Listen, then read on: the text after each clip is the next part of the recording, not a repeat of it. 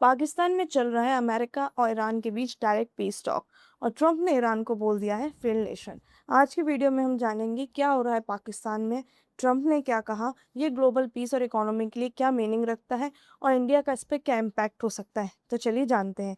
Hello everyone, welcome back to study with Niharika. आखिर क्या हो रहा है पाकिस्तान में? सबसे पहले बेसिक बात, यूएस और ईरान के बीच high level peace talk Pakistan की कैपिटल इस्लामाबाद में चल रही है। यूएस की तरफ से US vice president JD Vance, Trump के son in law Javed Kushner and special envoy Steve Witkoff present हैं। ईरान की तरफ से parliament speaker Mohammad Bagher Ghalibaf and foreign minister Abbas direct बातचीत कर रहे हैं। स्पेशल बात यह है कि ये पहला हाई लेवल डायरेक्ट मीटिंग है यूएस और ईरान के बीच 1979 के ईरानियन रिवॉल्यूशन के बाद।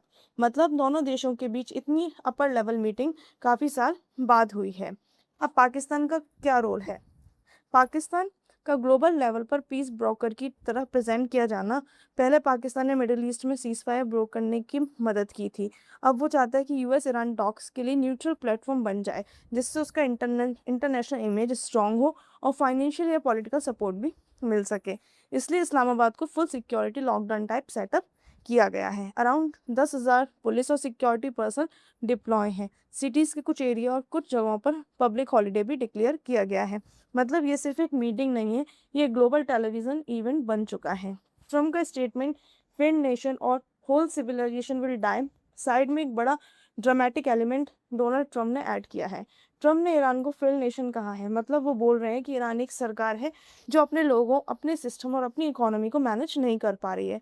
इस स्टेटमेंट का मतलब है वो पॉलिटिक्स प्रेशर डाल रहे हैं, लेकिन साथ ही ग्लोबल ऑडियंस को भी दिखाना चाहते हैं कि वो ईरान से स्ट्रॉन्ग स्टैंस ले रहे हैं। और इसके साथ ट्रम्प ने एक और शॉकिंग वार्निंग दी। वो बोल रहे हैं कि अगर ईरान ने डील नहीं, टाइमलाइन मिस की, तो वो होल सिविलाइजेशन विल डाई। नतीजा ये एक टफ ऑन ईरान इमेज बनाने का अटैम्प्ट है और एक अल्टीमेटम टाइप लैंग्वेज जो बता रहे हैं कि ट्रम्प रेडी है हार्डर एक्शन लेने के लिए अगर टॉक्स फेल होती हैं तो। अब स्टेक्स क्या है? ऑयल वॉर और इकोनॉमी पे। ऑयल और पेट्रोल प्राइस, ईरान का control strait of Hormuz region पर बहुत इंपॉर्टेंट है। ये वही एरिया है जहां से ग्लोबल ऑयल सप्लाई का बहुत बड़ा हिस्सा फ्लो होता है। इसका मतलब अगर टॉक्स फेल होते हैं या वॉर बढ़ सकता है, और अगर वॉर बढ़ रहा है तो ऑयल प्राइसेस और ग्लोबल इन्फ्लेशन दोनों जम कर सकते हैं। इंडिया के लिए क्या मतलब रखता है? हाई ऑयल प्राइसेस का मतलब है हाई पेट्रोल और डीजल प्राइसेस, जो इन्फ्लेशन, ट्रांसपोर्ट और ओवरऑल इकोनॉमी पर डायरेक्ट प्रेशर डालता है। इसलिए अगर डील नहीं बनती है या बन भी जाती है तो ऑयल प्राइसेस स्टेबल हो सकते हैं, जो इंडिया जैसे इंपोर्ट डिपेंडेंट कंट्रीज पे रिलीफ का काम करते हैं।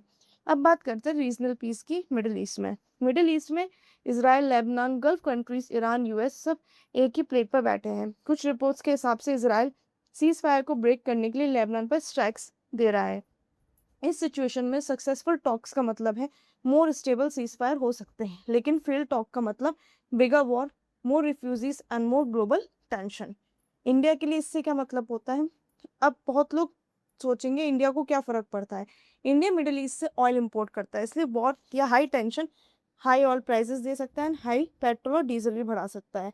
वॉर और इनस्टेबिलिटी से रेमिटेंस, ट्रेड और लेबर मार्केट भी इम्पैक्ट में आ सकते हैं, जहाँ इंडियन वर्कर्स मिडिल ईस्ट में काम करते हैं। इसलिए जब भी यूएस ईरान पीस टॉक या मिडिल ईस्ट पीस टॉक चलते हैं, वो सिर्फ उन दोनों देशों की बात नहीं होती, इंडिया के लिए भी ग्लोबल इकोनॉमी, सिक्योरिटी और फॉरेन पॉलिसी का मैटर होता है। ये बहुत इंपॉर्टेंट है आपको जानना। फ्यूचर में क्या चांसेस हैं डील के? अब लास्ट पार्ट, कि ये डील बननी चाहिए या नहीं। एनालिस्ट का कहना है कि यूएस और ईरान के बीच स्टिल ह्यूज गैप्स हैं।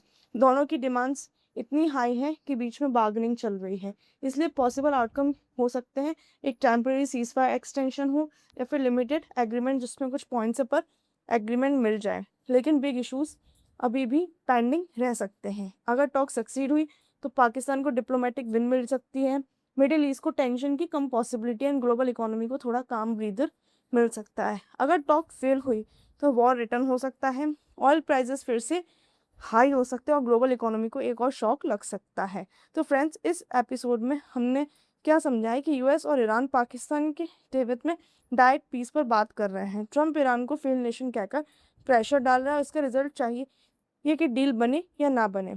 Global economy, oil prices India जैसी कंट्रीज के लिए भी ये बिग इम्पैक्ट रखता है। अगर वीडियो पसंद आया तो लाइक करें, शेयर करें, कमेंट करें एंड चैनल को सब्सक्राइब करें। मिलते हैं नेक्स्ट वीडियो में। Till then keep learning, keep growing. Thank you.